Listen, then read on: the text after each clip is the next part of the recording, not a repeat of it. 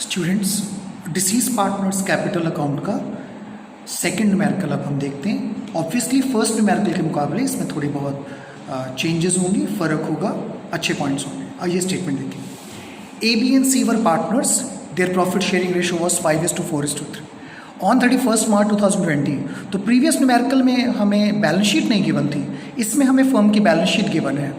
तो balance sheet की date है 31 March 20, liability side, asset side. आगे देखिए, A died on 1 October, date of death को ध्यान रखिएगा, 1 अक्टूबर को डेथ हो गई। बैलेंस शीट की डेट थी 31 मार्च, यानी 6 मंथ्स काम करने के बाद ए की डेथ हो गई। B and C decided to share future profits. अब देखिएगा, इसमें आपको न्यू रेशो भी गिवन है। स्टूडेंट्स, वैसे मरने वाले का share of profit and loss suspense account में से दिया जाता है, पर अगर न्यू रेशो गिवन हो तो फिर जैसे ट्रीटमेंट ऑफ गुडविल करते हैं, gaining partners to sacrificing partners करा जाता है। तो ये पहला इंपॉर्टेंट पॉइंट है। आइए, डीड में क्या लिखा है? Goodwill of the firm is to be valued at 2 years purchase of average profit of last 4 years। Last 4 years के एवरेज प्रॉफिट का 2 years परचेज करेंगे। पेटेंट्स की वैल्यू 8,000 कर दो, बिल्डिंग ऐसे कर दो। ये रिवैल्यूएशन अकाउंट का हिंट दिया है, वर्किंग नोट में बना लेंगे। Profit up to as death to be calculate on the basis of previous years profit. मरने वाले का प्रॉफिट अभी भी लास्ट ईयर के प्रॉफिट को बेस मान के, ये लास्ट ईयर का प्रॉफिट 18,000 है, इसको बेस मान के निकाला जाएगा। इंटरेस्ट ऑन कैपिटल देना है 10%।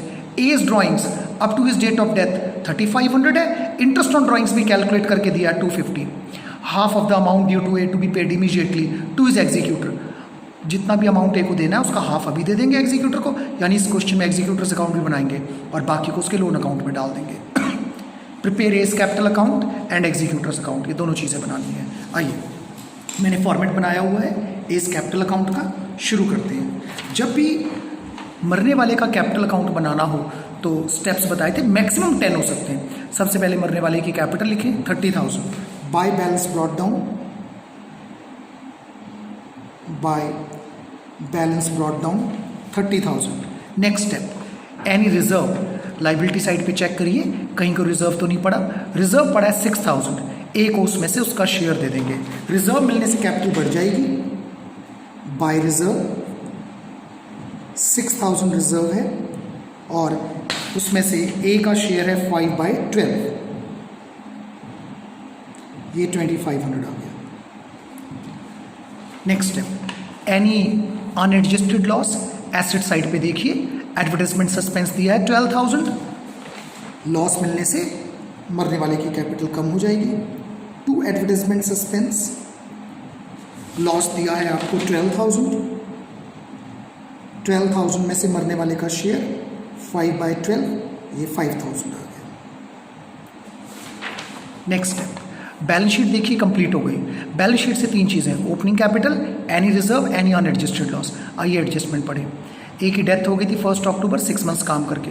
Goodwill of the firm calculate करनी है, 2 years purchase of average profit of last 4 years। इसको वर्किंग नोट में शो करेंगे। वर्किंग नोट नंबर 1 पहले निकाल लीजिए, total profit of last 4 years। तो वो गिवन है अपने को total profit 19 and 15 34 and 20 54 and 18 72,000। Total profit है स्टूडेंट 72,000। एवरेज प्रॉफिट हो जाएगा 72,000/4 18,000। गुडविल हो जाएगी 2 years परचेज 18,000 × 2 36,000। ये सारे फर्म की गुडविल है। ए बी सी में से ए की डेथ हो गई, बी और सी से गुडविल चार्ज करनी है और ए को प्रोवाइड करनी है। क्या ए को सारे फर्म की गुडविल देंगे कि उसका शेयर? आंसर उसका शेयर। 36,000 का 5/12, ये बन जाएगा 15,000। और ये 15,000 कौन प्रोवाइड करेगा? बी और सी अपनी गेनिंग रेशो में। स्टूडेंट्स, इस क्वेश्चन में ओल्ड और न्यू दोनों रेशोज गिवन है।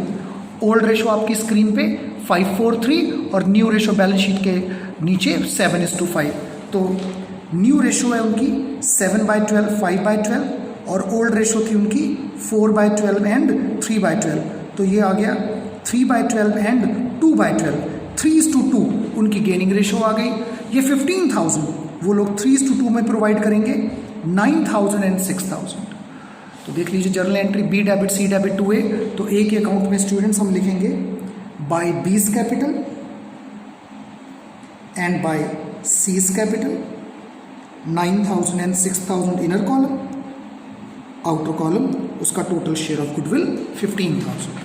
नेक्स्ट देखिए, गुडविल के बाद बी पार्ट, पेटेंट्स को 8,000 कर दो, बिल्डिंग को 25,000 कर दो।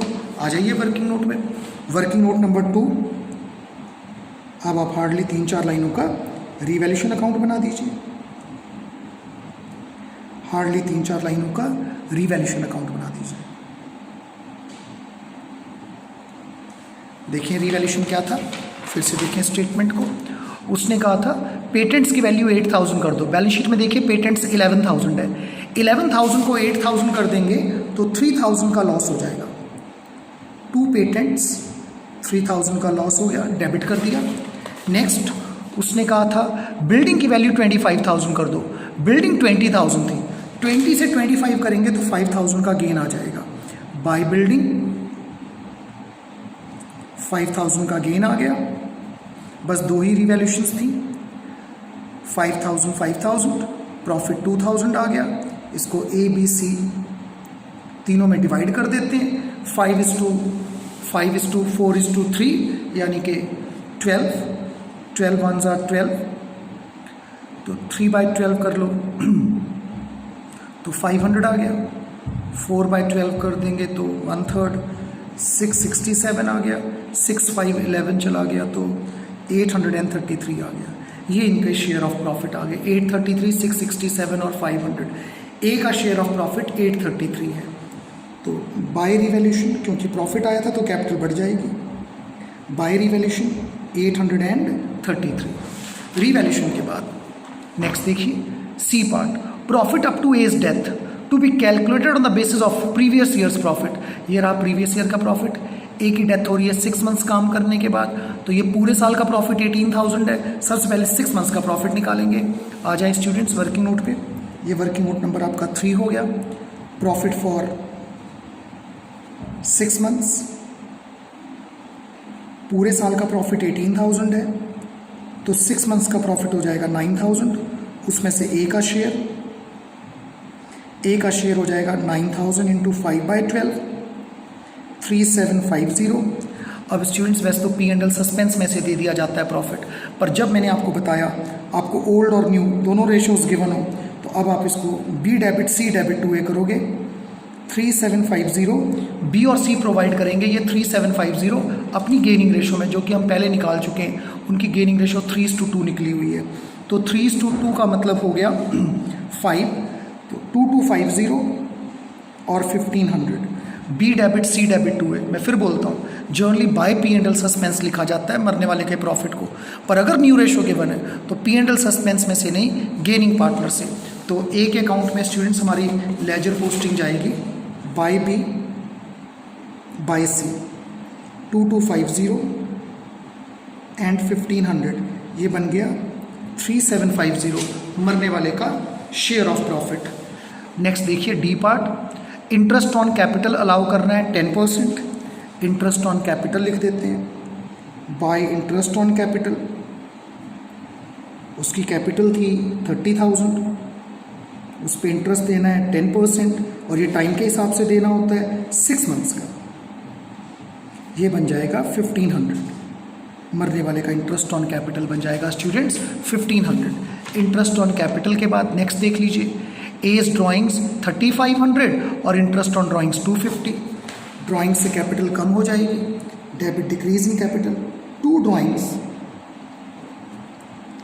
3500, 2 इंटरेस्ट ऑन ड्राइंग्स, ये भी गिवन है अपने को 250। ड्राइंग्स भी डाल दिया, इंटरेस्ट ऑन ड्राइंग्स भी डाल दिया। आगे देखिए F part, half of the amount due to A to be paid immediately. उसके एग्जीक्यूटर को हाफ ऑफ द अमाउंट देनी है। इस क्वेश्चन में एग्जीक्यूटर्स अकाउंट बनाना पड़ेगा, बाकी कंप्लीट हो चुका है। आइए टोटल करें और बैलेंस को एग्जीक्यूटर्स अकाउंट में ट्रांसफ़र करें। आइए इसका टोटल कर देते हैं। एज कैपिटल अकाउंट का 30,000, 32,000, 47,000, 50,000, 51,000, 52,000, 53,000, 500 एंड 83, 53,583। इसमें से चला गया 8,750, इसमें से चला जाएगा 8,750, तो डिफरेंस आएगा 3, 853, 15,708, 52 में से 8 गया 44, 44,833। इसको आप ए के एग्जीक्यूटर्स अकाउंट में डाल देंगे, टू एज एग्जीक्यूटर्स अकाउंट 44,833। अब क्योंकि हाफ ऑफ द अमाउंट पे करना है तो एग्जीक्यूटर्स अकाउंट बनाना पड़ेगा, हार्डली 4 लाइनों का। एज एग्जीक्यूटर में लिखेंगे बाय एज कैपिटल। बैलेंस आया था 44,000, देख लेते हैं दोबारा से, 44,833। तो बाय एज कैपिटल 44,833, उसका हाफ कैश पे कर दीजिए। टू कैश ये बनेगा 22,417 लगा लीजिए या 16 लगा लीजिए। जो डिफरेंस बचेगा उसको कैरी डाउन कर दीजिए या उसके लोन अकाउंट में डाल दीजिए। To as executors loan account. ये स्टूडेंट हमारा एक और क्वेश्चन था। इसके जैसे भी क्वेश्चन आप अपनी बुक में से प्रैक्टिस करिएगा। Thank you.